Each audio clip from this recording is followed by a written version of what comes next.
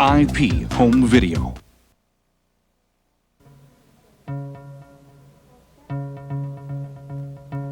Well, channeling for me has been another energy, a feeling of another energy communicating through me. That's what channeling is for me.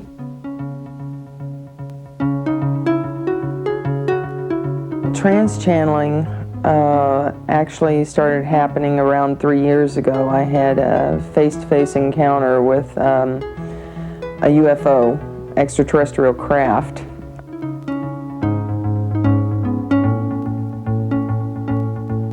We actually had bright, broad daylight, physical, close sightings of Bashar spacecraft over Los Angeles.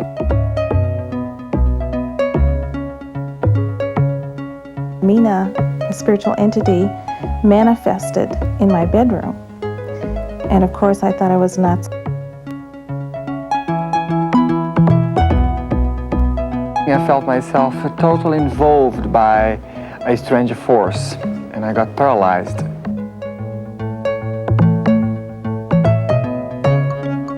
I didn't know what was going on, and it freaked me out, quite honestly.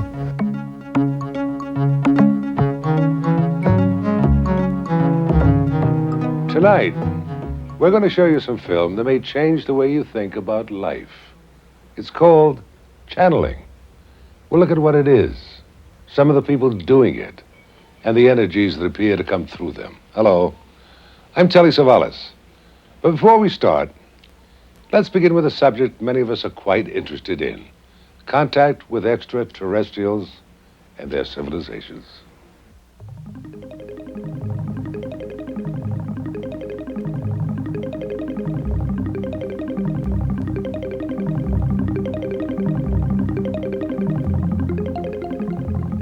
Contacts here in Switzerland.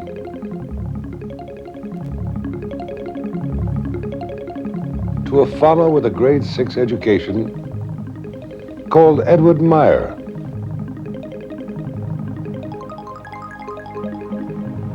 From a distant star in the system we call the Pleiades, contacts from a civilization called the Pleiadians, who look, are you ready, exactly like we do.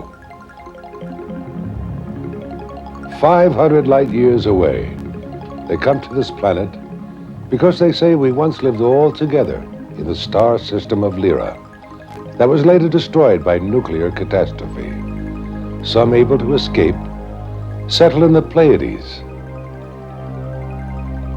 They're not aliens. They say they are our very long-lost brothers and sisters, gently awakening us into remembering who and what we are.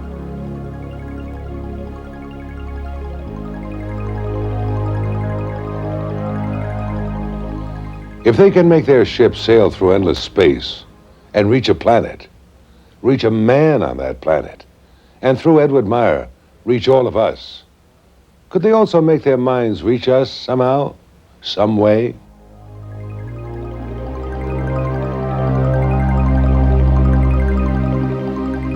Tonight we're going to find out what happens when we give our attention to whatever or whoever may be trying to communicate with us. But first, let's look at a few people who are able to be channels for these communications from other realms beyond ours.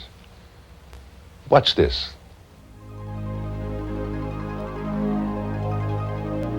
Jamie, we understand you channel two entities, an extraterrestrial calling herself Leah and another entity calling himself the Tibetan. Can you tell us how all this channeling began for you? Well, trans-channeling actually started happening around 3 years ago. I was sitting in the backyard, everyone else was inside, and I was looking at the sky, and all these clouds started going across, and then one wasn't moving. And I knew for sure that there was something behind the cloud. And so I just screamed mentally, "Why are you hiding from me?" All of a sudden, telepathically, I could hear the voice, now we know was Leah, and she would instruct me on what to do. And it was almost like an enormous wave of love.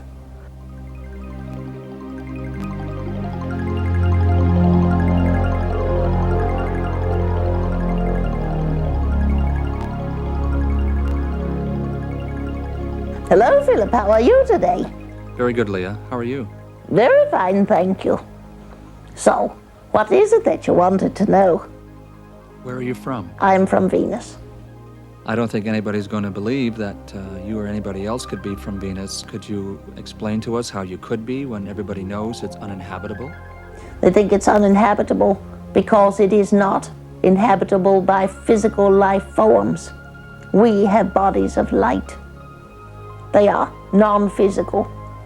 We exist in a dimension that you have not yet encountered, where atoms move so very rapidly that you could put your hand directly through, let us say, a solid wall.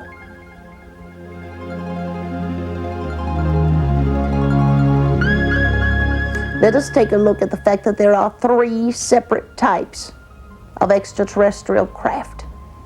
There are those that come in light form, that will pick up on your films, your cameras, that supposedly are not visible to the naked eye, except there is some sort of light that is different in the air or around a cloud. However, they do pick up on your film. That is coming from a higher dimension or density, and coming in not to frighten anyone, not to be visible, but simply to be there to observe.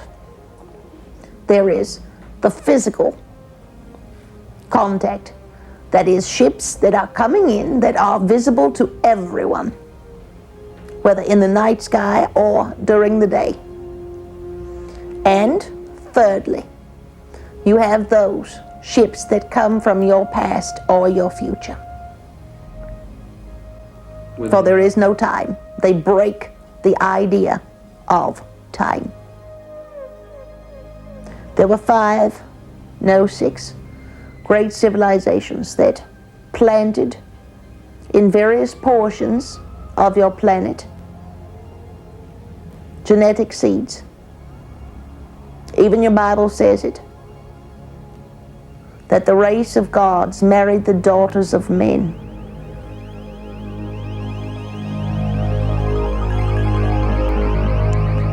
And what occurs here on this planet will affect the rest of the universe. Can you, with all of your different ideas, all of your different races, come together as one planet and one people? We have dedicated millennia upon millennia to this idea. The earlier experiments with Pan and Lemuria and Atlantis were not successful. But this one will be. Since Jamie also channels another entity called the Tibetan, is there any chance that the Tibetan could come through for our cameras right now? Well, you might have to wait a moment. He's been hanging around, but he wasn't sure this was his time. So. Well, should I continue on with questions then? No, I will have to relinquish control and allow his energy to enter. All right. Thank you.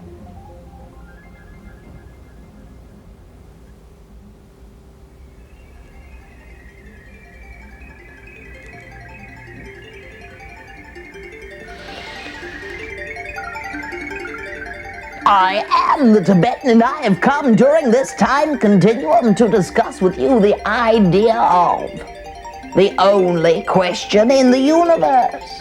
And that question is, what is? And the answer is, I am. For all things that are created, that were created, that shall be created, fall under the question, what is? And you, each and every one of you, are that answer, and that answer is I am. I am is also the name of the creator of this universe. That is all. I relinquish control to the entity, Leah.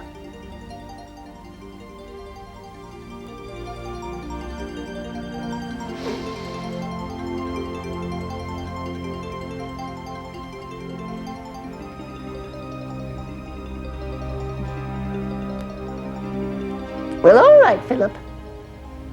Do you have another question?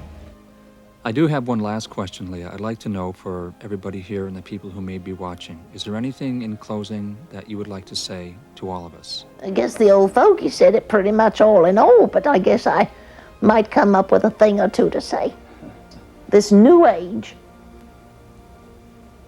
is where there will be a race on this planet and throughout all galaxies.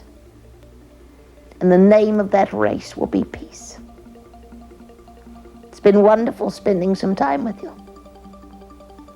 As you take this little piece of information with you, know that you are never alone.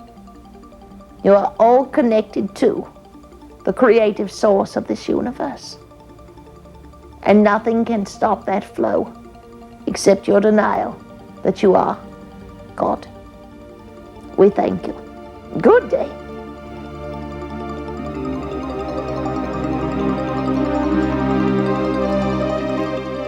My basic understanding of what most channelings are all about is that they're the product of an arrangement or an agreement that is made prior to the physical life between the person that's going to do the channeling and the being that is going to be channeled. Daryl Anka, born in Ottawa, Canada, now living in Los Angeles. 3 years ago, while bicycling with some friends in broad daylight, he spotted a triangular-shaped UFO. But something more unusual happened afterward. On 2 different occasions within the span of the same week, with 4 friends with me the first time and 2 friends with me the second time, we actually had bright, broad daylight, physical close sightings of Bashar spacecraft over Los Angeles. Now, what I didn't understand at that time, and what I understand now, is that that physical sighting was his way of kicking me in the subconscious memory to start learning what I needed to learn to fulfill the agreement I had made. Bashar and his people made contact, and as soon as the mental connection was there, the memory of having made the agreement came back, who they were, who I was to them, what the ship sighting was about, dream encounters I had had with them that I totally blocked up to that point all came back in that one memory, and along with it was the first message that they had for me mentally, which was, okay, now this is the time to start doing this if you still want to. Do you still want to? Obviously I said yes, and that was just a little over 3.5 years ago, so that's how it sort of began for me.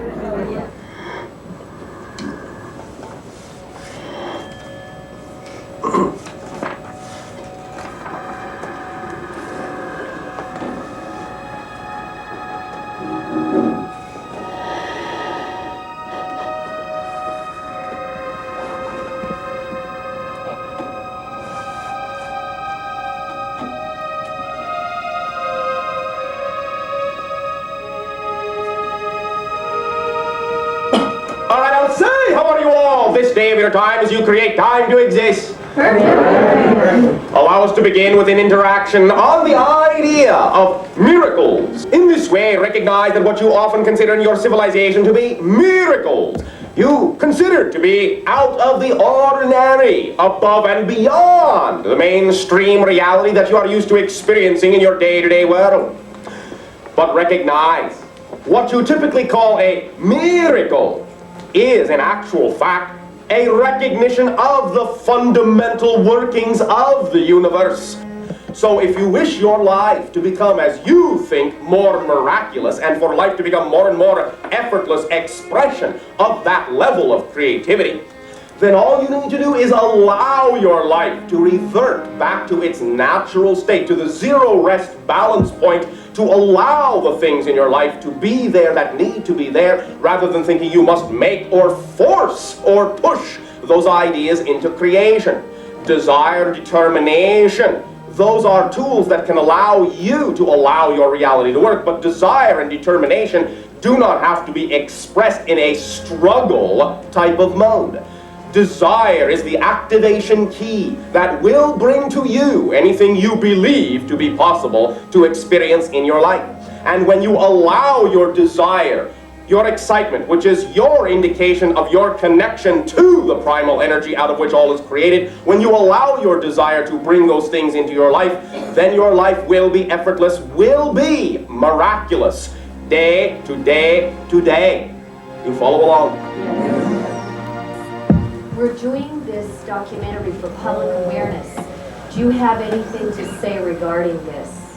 What we will say is to extend from us an appreciation and a thank you to your civilization for being willing to come to the point in its conscious conception of itself wherein it is willing to discuss these ideas and expand in many different ways. The exploration of your consciousness will be discovered to be the key to any idea you wish to understand.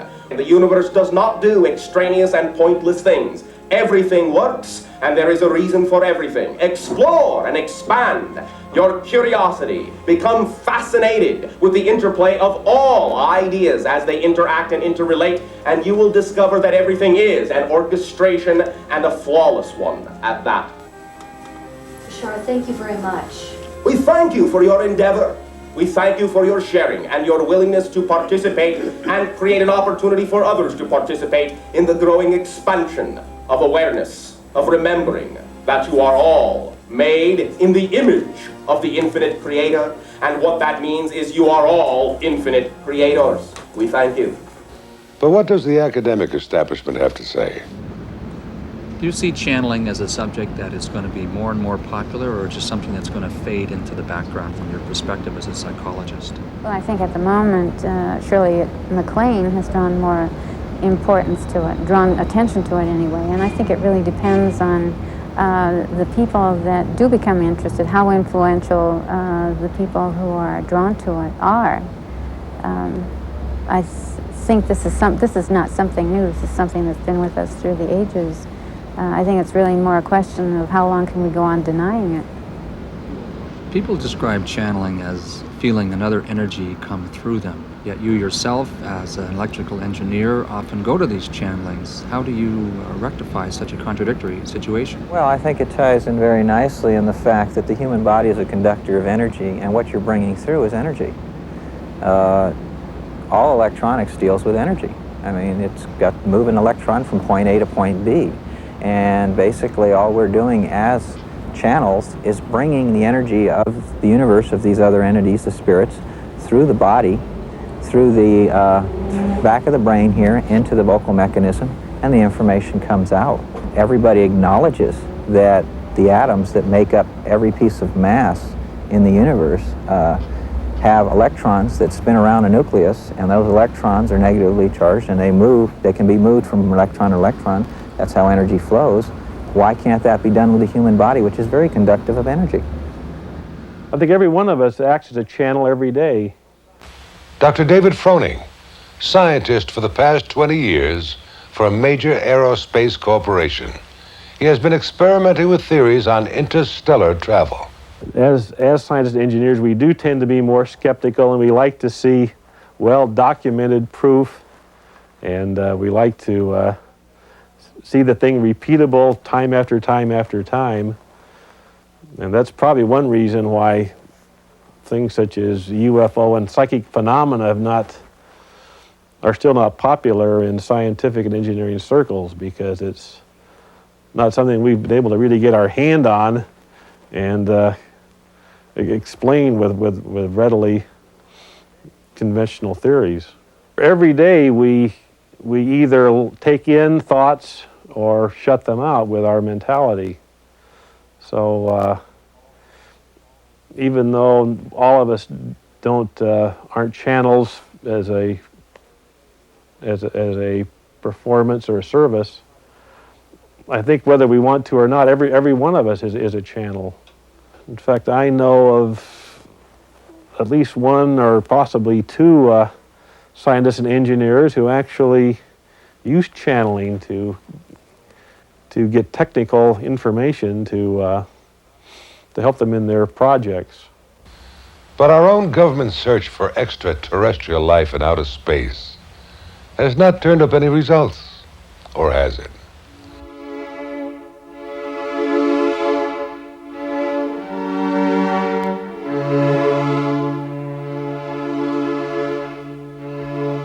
Another UFO sighting. This one, front page headlines. But what of the huge listening devices in the Arizona deserts? Are we listening to anyone out there in the distant stars? Apparently not, since we haven't heard anything that would classify as a message or a coded signal. But does that mean that there's no one out there?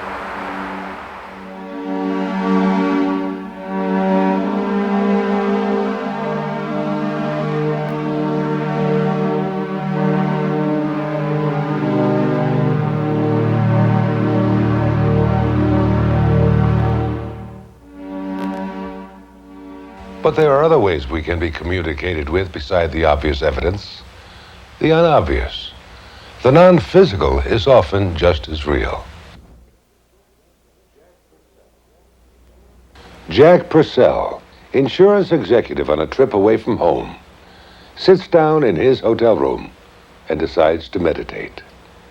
To my awareness, I fell asleep because I just everything kind of went fuzzy and black and was gone until the next moment I opened my eyes apologizing, gosh, I'm sorry I fell asleep.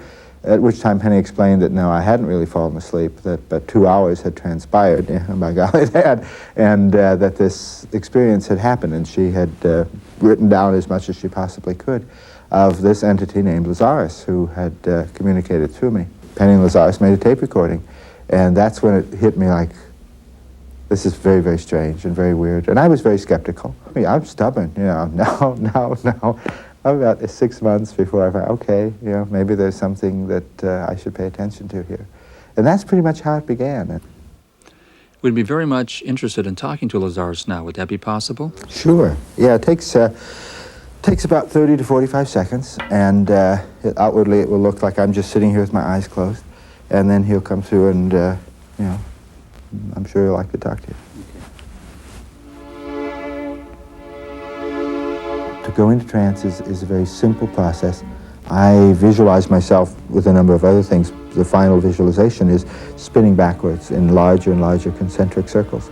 And at a certain point, it just sort of fades into nothing.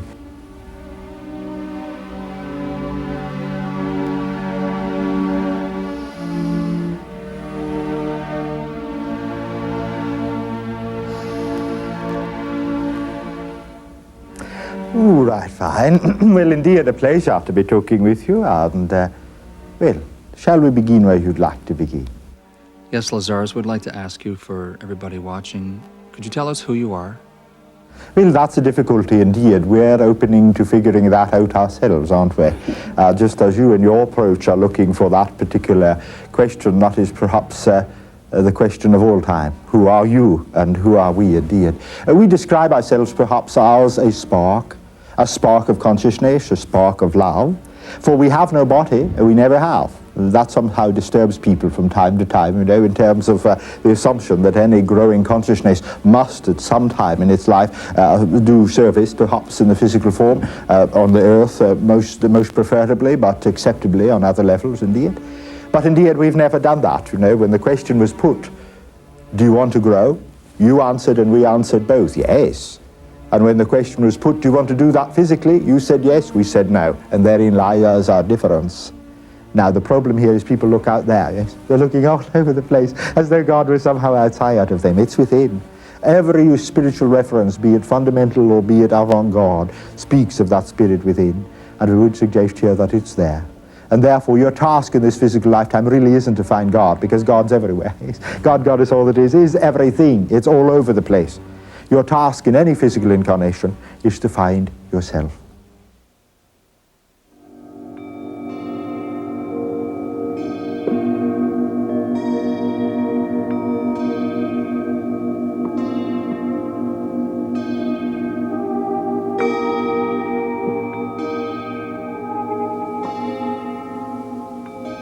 When I was about 18 years old, I was meditating, learning how to relax, to work within my everyday world. And I challenged concepts of metaphysics, of religion, of everyday life. And I demanded an answer. And I laid back on the bed and just listened. And Mina, a spiritual entity, manifested in my bedroom. What do you mean, manifested? She physically formed. It was a material manifestation. And I closed my eyes, laid back down, opened my eyes. She was still there. Can you tell us what she looked like? She appeared tall. She appeared to be 6 to 7 foot tall. And at that moment, I was looking all around the room. And as I would gaze back at her, because I was lying down, I would say between 6 and 7 foot tall. She appeared to have clothing on, but at the same time was glowing with light. And there was an essence of darkness for hair. I couldn't actually say I saw hair, but I saw the image of that, a visual image. What did the face look like? The face looked almost ageless, probably within 30s or 40s, very soft and serene. Then it took me a process of going into an altered state of consciousness that would take 2 to 3 hours in the beginning, of intense relaxation, meditation techniques. And at that time, through the process of having an outside individual asking questions, we maintained connection, but it was more of a sensation of hearing her telepathically and then telling you what I heard. During that time, I would say I was a conscious channel, and I had the option to edit what she was saying if I didn't like it. And it wasn't until about 7 or 8 years ago that I decided to be an unconscious channel and let her have full reign. And I do not recall anything that's happening in channeling anymore. My name is Mina, and we thank you for inviting us to this occasion, my dear sweet child. The first question, Mina, could you tell us who you are and where you're from? To be basic, we are from the dimension of the universe, universal mind, or from which some call God. For your finite terms, you are more interested in where we came from in our physical dimension, we are sure.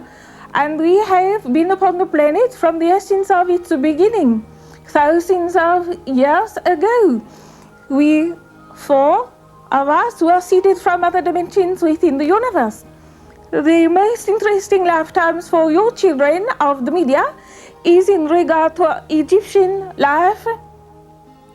We interviewed a man called Brian Myers who was able, with your assistance, to go out into the desert and find something quite interesting.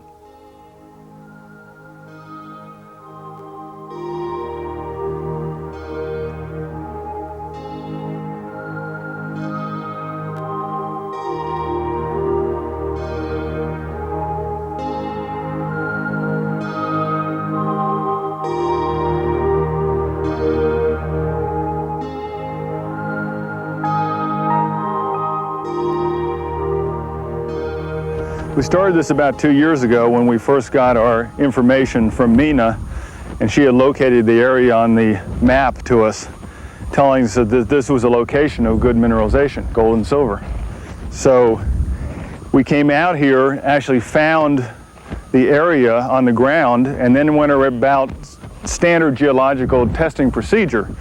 The driller came out here, and the driller thought we were crazy, because the driller has drilled up east of us, he's drilled west of us, so he didn't think there was a chance at all. We took surface tests, did assays, and it showed that there was gold and silver here.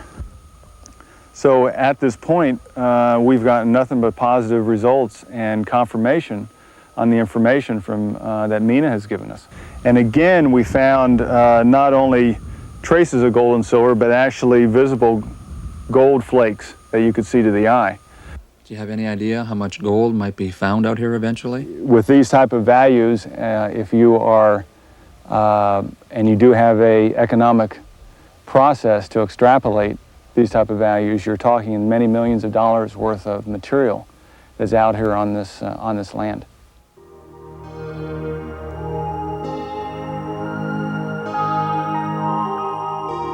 Is there anything special you'd like to say? The most special thing that we can perceive is that the persons that are watching recognize the divinity of their own being, that you are created in the likeness and image of God. You have the wisdom, the limitless, infinite power within the universe to be all that you can be. Thank you, Mina. This is all that we need to know now. We think that you mean we are dismissed, and so we shall leave. Thank you.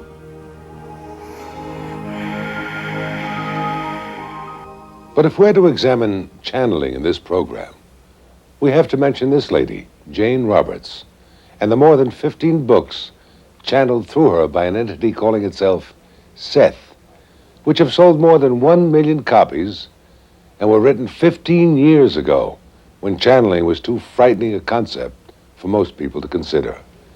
In a rare audio recording, Let's listen in on Seth, speaking through Jane Roberts. I've said this many times.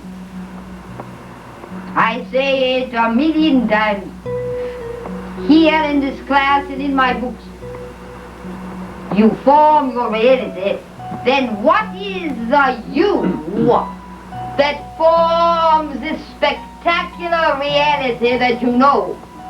When will you be willing to admit the greatness that is within each of you and not cower? And not say in this realm of reality it is not possible, but encounter the greatness within yourselves.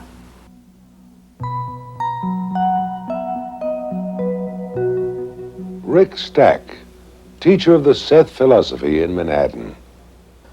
Clearly, the main message that Seth is trying to say is that people are gods in training, that the physical reality is a training system, and that we are learning here that we create our own reality, totally. Everything that happens to us, we create. And we are learning through trial and error to become responsible co-creators with all that is. New Age thoughts. Some are very ancient concepts, giving new twists. But are they making any impact? A recent USA Weekend poll stated that 1 person in 4 believes they have lived before. That means we're not actually Americans or Russians or 6 feet tall and a certain weight, but spiritual beings agreeing to be here with each other at this time to learn what we feel we must and to continue to evolve.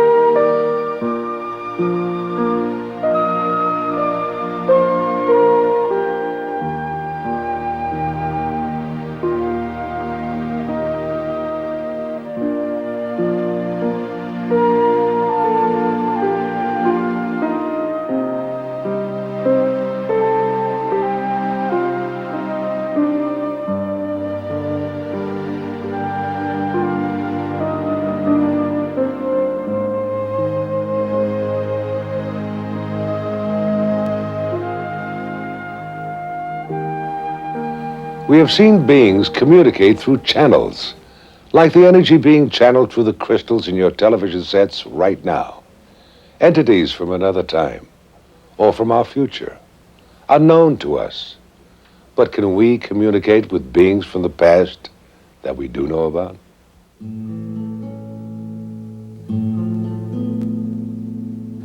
Film crews flew from the Detroit-Windsor area into the part of the world noted for its psychics. Brazil.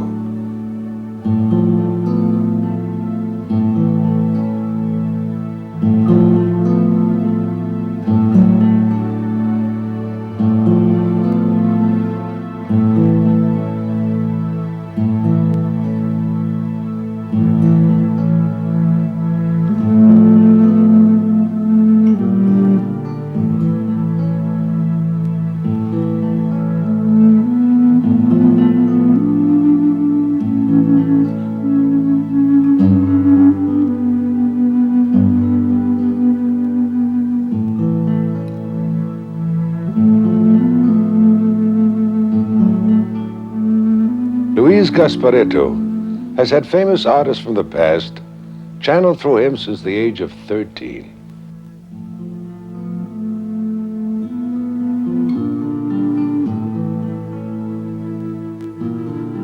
Keep your attention on Luis. His eyes remain shut during the entire paintings.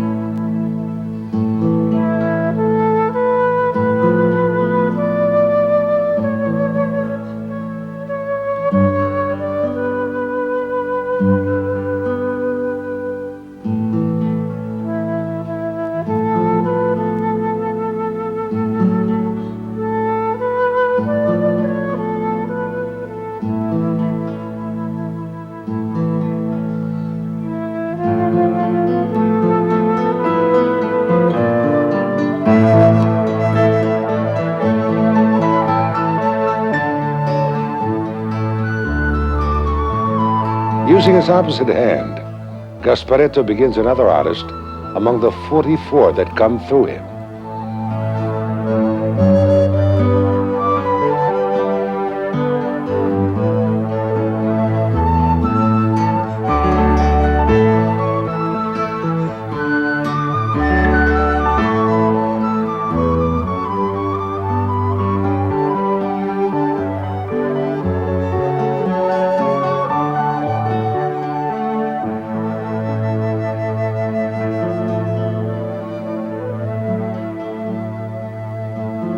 Recognize the familiar long neck and tubular face?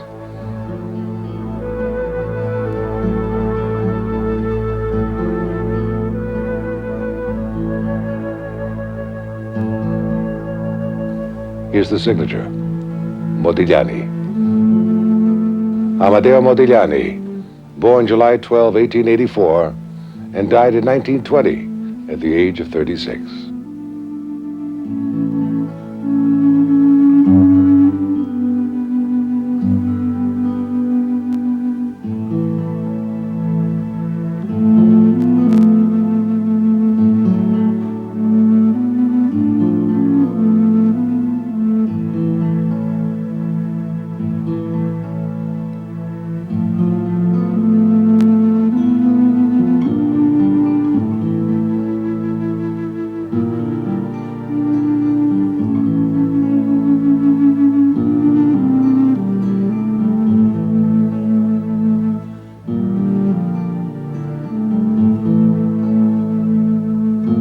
Two faces at once, a different artist in each hand. We asked Luis Antonio Gasparetto how all this began. When I was 13 years old, they had a meeting home. We used to get together and pray together. And my father used to teach us spiritualism, metaphysics, reincarnation, and many things. In one of these meetings, I felt myself totally involved by a strange force, and I got paralyzed. And because of this, my mother felt that I was going in a sort of trance. So she decided to go with me in a psychic meeting, so the psychic couldn't see me and see what's going on with me. And they thought that I'd be right because I had a strong pain in my arms. And during the meeting, for my surprise, instead of writing, I started drawing. That was the first time that the painters approached me.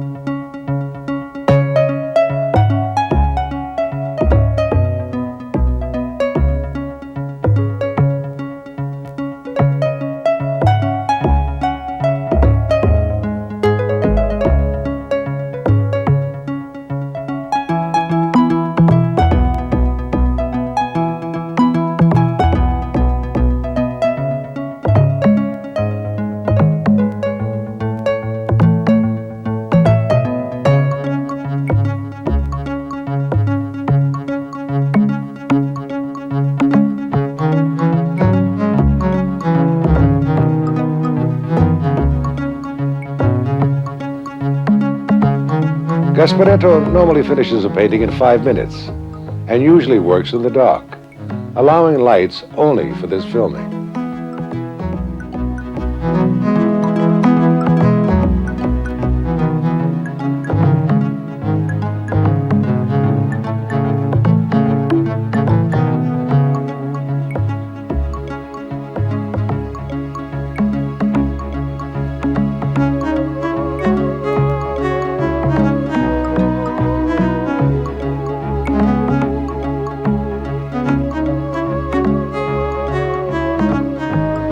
I play the music and the music plays inside of me. And it's clear for me that my sensitivity is far from me. It's bigger. So everything that's inside of that field is inside of me. So the spirits approach and I feel the spirits. I feel their personalities. I can see them, I can hear them. And when they think in what they want to do, my body responds of what they think.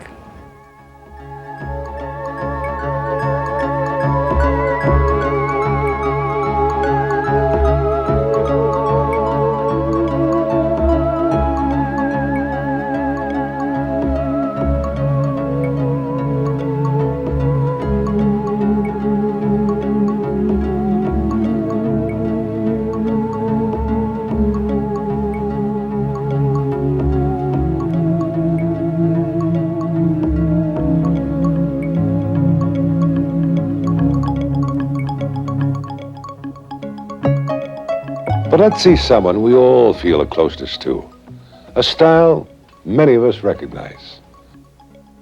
Notice the spontaneity with which the colors are spread around the canvas.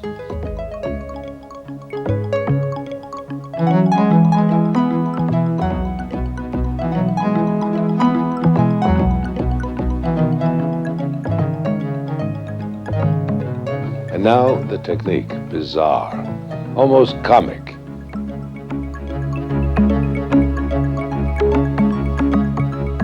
Yet look, the broad, energetic strokes, the circular wisps of sky.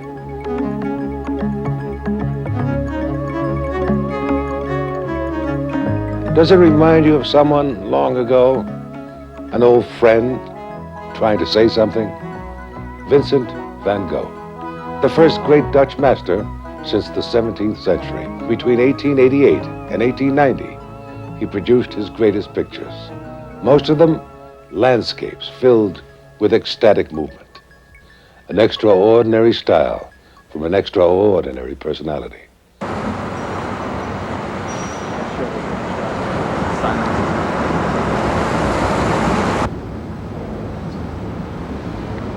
Lynn Margulis, New York artist living in the artistic community of Soho in New York City. We asked her how long she has been an artist and what she thought of the Gasparetto tape you have just seen.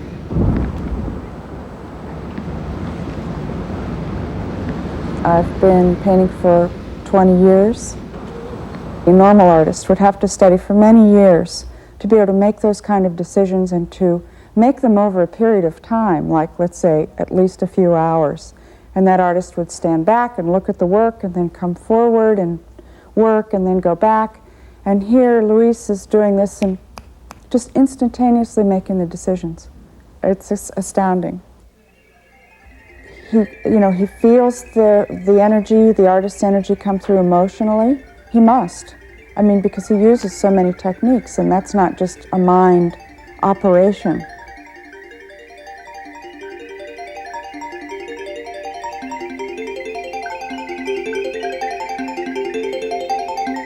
It's very difficult to describe sensations that we have no names in our language. But I feel like I'm totally inside of a ball, a field of energy. In this field of energy, my consciousness is different. And so I talk to them normally during the process, and it's wonderful because they tell stories, they tell jokes, they're very funny, they have a lot of fun in doing this.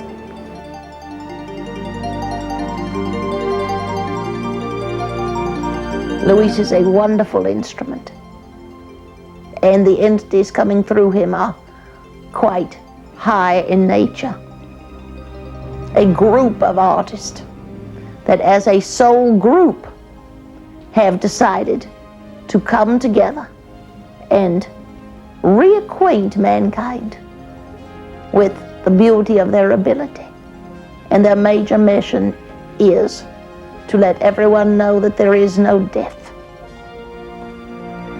and that the creative force of the universe, the Creator, is the center of every being. Once a person loses a physical body, that creativity can never be destroyed, for it is divine energy.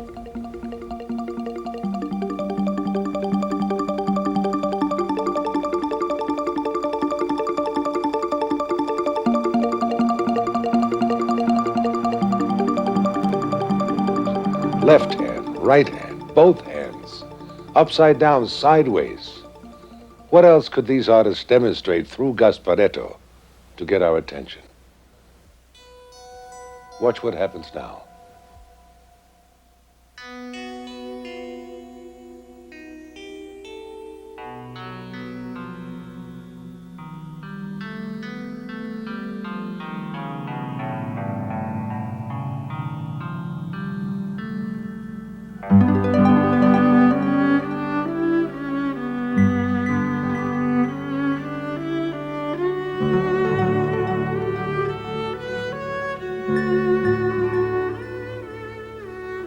Eyes closed, both feet, even signing it, Manet.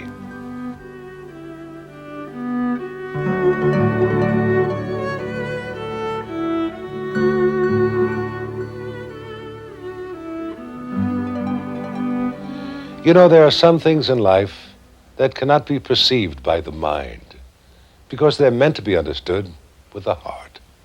This is such a time for you now.